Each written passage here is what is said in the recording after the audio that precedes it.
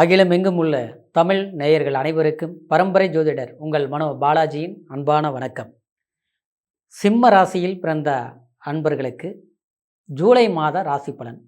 இந்த மாதத்தில் நவக கிரகங்களின் பெயர்ச்சிகளால் உங்களுடைய வாழ்க்கையில் எப்பேற்பட்ட ஒரு மாற்றமான நல்ல மாற்றங்கள் உருவாகப் போகுது.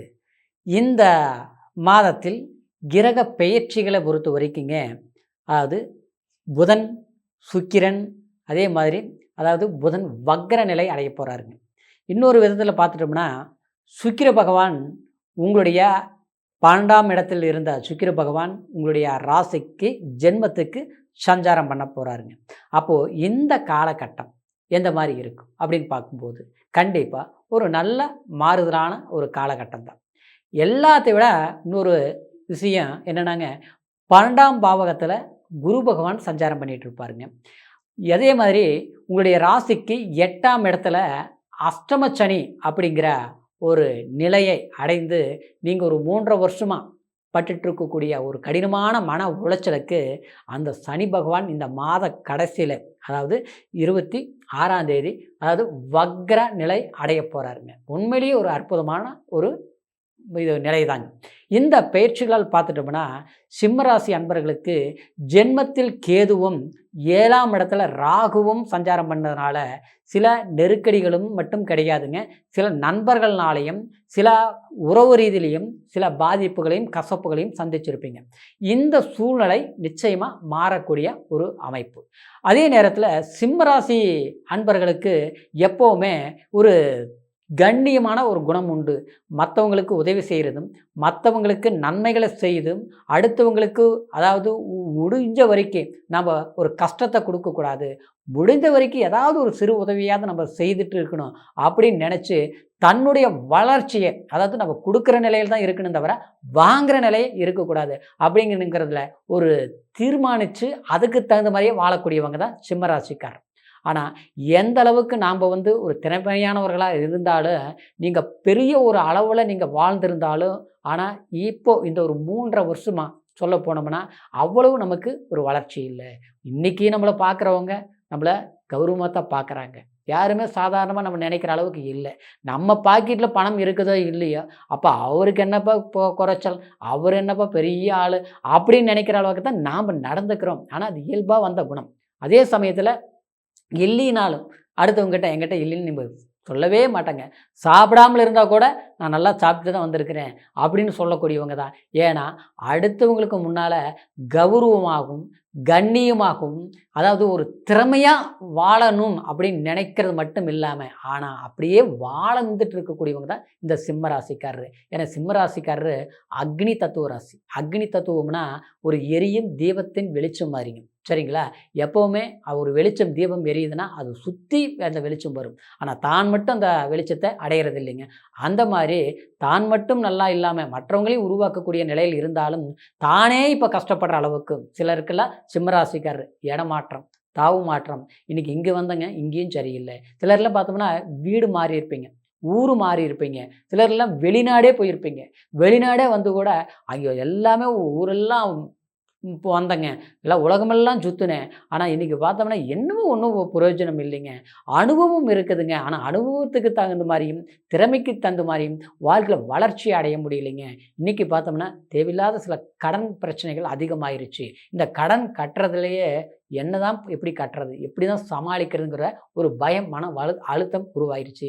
உடல் ரீதியிலையும் பார்த்துட்டோம்னா அடிக்கடி சில தொந்தரவுகள் ஆச்சுங்களா. பெரிய நோய் இல்லை, பெரிய நொடி இல்லை. ஏன்னா முதல் மாதிரி ஒரு வேகம் எடுக்க முடிய மாட்டேங்குது, சரியாக தூக்கம் வர மாட்டேங்குது, சிந்தனைகள் சிதறடிக்குது, திட்டம் போட்ட காரியங்களை கரெக்டாக செய்து முடிக்க முடியல, யாருக்கிட்ட அதிகமாக நெருங்குறமோ அந்த இடத்துல சில பிரச்சனைகள் உருவாகுது. கொஞ்ச நாள் நல்லா இருக்கிறாங்க, அதுக்கப்புறம் பார்த்தோம்னா அவங்களே நமக்கு எதிரியாக மாறுறாங்க. இந்த மாதிரி இல்லாமல் இந்த சமீப காலகட்டங்களில் உருவாகிட்டு இருக்குதுங்க. இன்றைக்கி பொருளாதார சம்மந்தப்பட்ட ரீதியிலையும் கூட நம்மளுடைய சில கணக்குகள் போட்டோம்னா கச்சிதமாக இந்த மாதத்தில் இது சம்பாதிக்கணும், இதை செய்யணும், இந்த பிஸ்னஸ் இப்படி தான் பண்ணணும். ஏன்னா சிம்மராசிக்காரரு எப்பவும் சுய தொழில் பண்ணக்கூடியவங்க, சொந்த தொழில் பண்ணக்கூடியவங்க, அடுத்தவங்க கிட்ட அதாவது நாம் போய் சம்பளம் வாங்குறத விட அடுத்தவங்களுக்கு 10 பேருக்கு இல்லை 500 பேருக்கு சம்பளம் கொடுக்கக்கூடியவங்க தான் சிம்ம ராசிக்காரர். அந்த மாதிரி இருக்கும். ஒரு பிரைவேட்லேயும் ஒரு வேலையிலேயே ஒரு கம்பெனிலேயே இருந்தால் கூட அங்கே பார்த்தோம்னா நாம் அடுத்தவங்களுக்கு வேலை சொல்கிற அளவுக்கு தான் நாம் இருப்போம். ஆச்சுங்களா? ஆனால் அப்படி இருந்தவங்க பார்த்தோம்னா இன்றைக்கி நமக்கு என்னென்னா அடுத்தவங்க நம்மளை ஏதோ ஒரு குறை சொல்லிடுவாங்களா, குற்றம் சுமத்திடுவாங்களா அப்படிங்கிற ஒரு பயமும், அதே நேரத்தில் நல்லா 10 ரூபாங்கிறது நமக்கு தாராளமாக வச்சு செலவு பண்ணிகிட்டு இருந்தவங்க. ஆனால் இன்றைக்கி நம்மளுடைய குடும்பத்திலேயே சரியான சில தேவையான செலவுகள் பண்ண முடிய மாட்டேங்குது. காரணம் என்ன, வர்ற வரவுக்கும் இருக்கிற செலவுக்கும் சரியாக இருக்குது. நம்ம தேவைகளுக்கு செலவு பண்ணுறதுக்கும் முடிய மாட்டேங்குது. சிம்மராசி அன்பர்களுக்கு கடந்த சமீப காலங்களில் பார்த்தோம்னா வீட்டில் சில நல்ல விஷயங்கள் பண்ணலாம்னு நினச்சி முடிவு எடுத்திருப்பீங்க. சரிங்களா? அதாவது வாரிசுகளுக்கு திருமணமோ அல்லது ஒரு வீடு கட்டுற விஷயமோ இல்லை ஒரு இடம் வாங்கக்கூடிய ஒரு விஷயங்களோ அந்த மாதிரி விஷயங்கள் திட்டங்கள் போட்டிருப்பீங்க. ஆனால் அது தள்ளி தள்ளி போயிட்டுருக்கும். சில வீடை கட்டலாம்னு நினைக்கிற போது பக்கத்தில் இருக்கிற இடத்துனால சில பிரச்சனைகள் வந்திருக்கும். இல்லையா அந்த வேலையை செய்து முடிக்கக்கூடிய நேரத்தில் அந்த வர்ற வேலை ஆட்கள்னால சில பிரச்சனைகள் ஏற்பட்டிருக்கும். இல்லையா நாம் போட்டு இந்த மாதிரி இதுக்கு செலவு பண்ணலாம் அப்படின்னு வச்ச பணம் சம்மந்தம் இல்லாமல் வேறு விதத்தில் திடீர் செலவுகள் வந்து கடைசியில் நாம் எஸ்டிமேட் போட்ட செலவை பண்ண முடியாமல் சில நெருக்கடிகள் உருவாயிருக்கும். ஆக மொத்தத்தில் எது செய்யணும்னு நினச்சா அந்த வேலை முழுசாக செய்ய முடியல. இப்படி ஒரு நிர்பந்தங்கள் உருவாகியிருந்த சிம்மராசி அன்பர்களுக்கு இந்த மாதத்தில் பார்க்கும்போது கண்டிப்பாக சுகஸ்தானத்தில் தடப்பட்ட விஷயங்களை நீங்கள் செய்து ஆரம்பிக்கிறதுக்கு மீண்டும் அதை தொடங்கிறதுக்கு ஒரு வாய்ப்புகளாக உங்களுக்கு அமையப்போகுதுங்க. இன்னொரு விதமாக ஆரோக்கிய ரீதியில் கூட சொன்னேங்க. சரிங்களா? நரம்பு சம்மந்தப்பட்டது, அதாவது மூட்டு வலி, அதே மாதிரி ஒரு மனம் இறுக்கமான ஒரு சூழ்நிலை, சரியான தூக்கம் வர்றதில்லைங்க. இந்த மாதிரி சில பிரச்சனைகளுக்கெல்லாம் கண்டிப்பாக உங்களுக்கு ஒரு ஆறுதலை கொடுக்கக்கூடிய ஒரு மாதமாக இருக்க போகுதுங்க.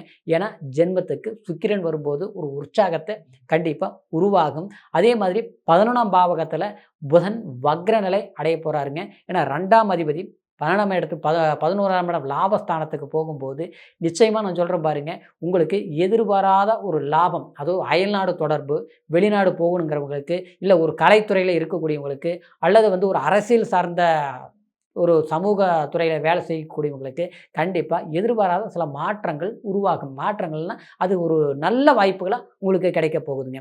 10ஆம் பாவகத்தில் செவ்வாய் இந்த மாதம் முழுசாகவே இருப்பாருங்க. அப்போது இந்த 10ஆம் இடத்துல செவ்வாய் இருக்கிற போது ஆளுமை தன்மையான, சரிங்களா, ஒரு அங்கீகாரம், நம்ம ஒரு வேலையில் இருக்கிறோம், ஒரு ப்ரொமோஷன் கிடைக்குமா, ஒரு ட்ரான்ஸ்ஃபர் எதிர்பார்க்குறோம் கிடைக்குமா, இல்லை ஒரு ப்ரைவேட் கம்பெனியில் வேலையில் இருக்கிறோம், இந்த கம்பெனி மூலியத்திலேயே ஒரு பெரிய கம்பெனிக்கு ஒரு வாய்ப்பு அமையுமா, ஒரு வெளிநாடு வாய்ப்பு அமையுமா. ஆனால் இன்றைக்கி நமக்கு இருக்கக்கூடிய சூழ்நிலை எப்படின்னா, நாம் 4 பேருக்கு மண்ணில் கௌரவமாக கண்ணியமாக வாழ்ந்தவங்க, ஆனால் இன்றைக்கி பார்த்தோம்னா அப்படியே கொஞ்சம் பின்னோக்கி போகிற மாதிரியும் கொஞ்சம் நெருக்கடிகளை அப்படியே அதிகரிக்கிற மாதிரியும் இருக்குது. அதுக்கு காரணம் இன்னும் சொல்ல போனோம்னா குடும்ப ரீதியிலையும் சில பிரச்சனைகள் நம்மளால் தாக்கு பிடிக்க முடியல. காரணம் என்னென்னா, அதாவது நாம் சொல்கிற வார்த்தைகள் மற்றவங்களுக்கு கேட்க மாட்டாங்க. சரிங்களா? அதனால் இன்றைக்கி பார்த்தோம்னா அவங்க சொல்கிறது நம்மளால் ஏற்றுக்க முடியல. இத்தனை நாள் நம்ம போராடி கொண்டுட்டு வந்தோம். இன்றைக்கி பார்த்தோம்னா நல்லவங்களாக தான் இருந்தோம், கெட்டவங்களாக தெரியுது. இது காரணம் என்னென்னா, நாம்ளும் கெட்டவங்க கிடையாது, அவங்களையும் நம்ம கெட்டவங்கன்னு சொல்கிறத விட நேர காலங்கள் அந்த மாதிரி சில பாதிப்புகள் கொடுத்தது. அந்த பாதிப்புகள்னால நமக்கு ஒரு மன அழுத்தமும் உருவானது. ஆனால் அதனால தான் சொல்கிறேங்க, அதாவது சனியும் வக்ர நிவர்த்தி ஆகுது, குருவும் 12ஆம் இடத்துல உச்சபலம் அடையுது. இந்த குரு பார்த்தோம்னா உங்களுக்கு 8ஆம் அதிபதியாக தானே வராரு ஒரு விதத்தில் பார்த்துட்டோம்னா. சரிங்களா? 8ஆம் அதிபதி 12ஆம் இடத்துல உச்சம் அடையும் போது அது ஒரு ராஜயோகம் தான். இன்னொன்று பார்த்தோம்னா ஜென்மத்தில் கேது இருந்ததுனால மனக்குழப்பங்கள் அந்த எல்லாமே தீரக்கூடிய அந்த இடத்துக்கு சுக்கிர பகவான் வரப்போகிறாரு. அதாவது இது 4ஆம் தேதி பெயர்ச்சியாகி வரப்போகிறாரு. 10ஆம் பாவகத்தில் செவ்வாய். அப்போ தொழில், நம்மளுடைய எண்ணங்கள், நம்மளுடைய லட்சியங்களை அது சரியாக பயன்படுத்தக்கூடிய ஒரு வாய்ப்பு. அப்போது புதிய விஷயங்கள் தொடங்குறதா இருந்தால் 25ஆம் தேதிக்கு மேலே ஆரம்பிங்க. அது முற்பகுதியில் சில விஷயங்கள் நம்ம செய்யணுங்கிற போது இந்த வீடு கட்டுறது, இடம் வாங்கிறது, இல்லை நம்ம விரயம் பண்ண முடியாத சில விஷயங்கள் பண்ணக்கூடிய ஒரு வாய்ப்புகள், அதுக்குண்டான முயற்சிகள் எடுங்க, சாதகமாக முடியும். அதே மாதிரி அன்பு சார்ந்த சில விஷயங்கள், பழக்க வழக்கங்கள், இந்த ரீதியில் வந்த கசப்புகளும், அதாவது சில பிரிவுகளும், அதாவது அது எல்லாமே ஒரு சாதகமாக வரக்கூடிய ஒரு வாய்ப்புகள் வருங்கிறதுனால கொஞ்சம் நீங்கள் கண்டுக்காமல் பொறுமையாக இருங்க. அது உங்களுக்கு சாதகமாக அமையும். சரிங்களா?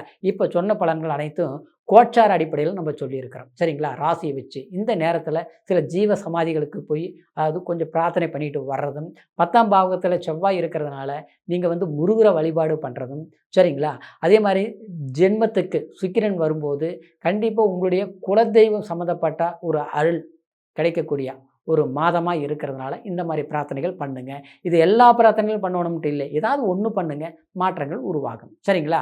இந்த கோச்சார அடிப்படையில் இந்த பலன்கள் நான் சொன்னதுனால உங்களுடைய பிறப்பு ஜனன ஜாதகத்தில் இன்னும் தசாபுத்தி வலுவாக இருந்ததுன்னா இன்னும் அற்புதமான யோகங்கள் வரும். அதே கொஞ்சம் பலவீனமாக இருந்ததுன்னா அதற்கு தகுந்த மாதிரி சில மாற்றங்கள் உண்டாகும். அப்படிங்கிற காரணத்தினால உங்களுடைய பிறப்பு ஜனன ஜாதகத்தையும் ஒரு முறை தெளிவாக நீங்கள் பார்த்துக்குங்க. இது வரைக்கும் பார்க்காமல் இருந்து நம்மக்கிட்ட பார்க்கணும்னு நீங்கள் நினச்சிங்கன்னா கீழே இருக்கிற நம்பருக்கு ஃபோன் பண்ணி உங்களுடைய date of birth, time, place 3யும் தெரியப்படுத்தி முழுமையான பலன்களை கண்டிப்பாக தெரிஞ்சுக்கலாங்க. மீண்டும் அடுத்த பதிவில் சந்திக்கும் வரைக்கும் நன்றி, வணக்கம்.